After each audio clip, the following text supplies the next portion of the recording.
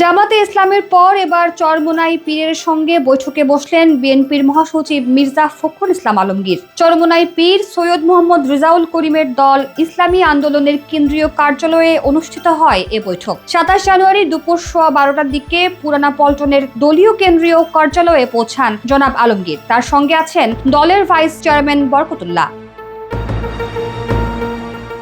২৬ জানুয়ারি ইসলামী আন্দোলনের পক্ষ থেকে গণমাধ্যমে পাঠানো এক সংবাদ বিজ্ঞপ্তিতে বিএনপির মহাসচিবের সঙ্গে বৈঠকের তথ্য জানানো হয়।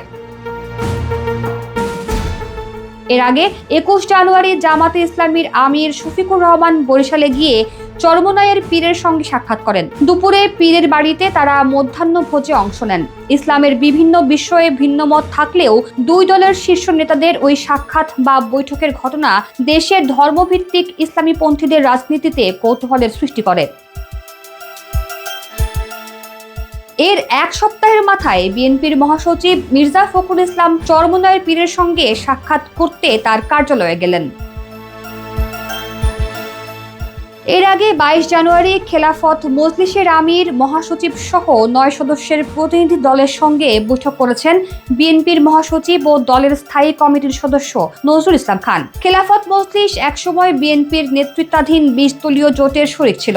২০২১ সালের অক্টোবরে একটি বিশেষ প্রেক্ষাপটে জোট ছেড়ে যায় তারা। ২২ জানুয়ারি বৈঠকটি ছিল প্রায় ৩ বছর পর।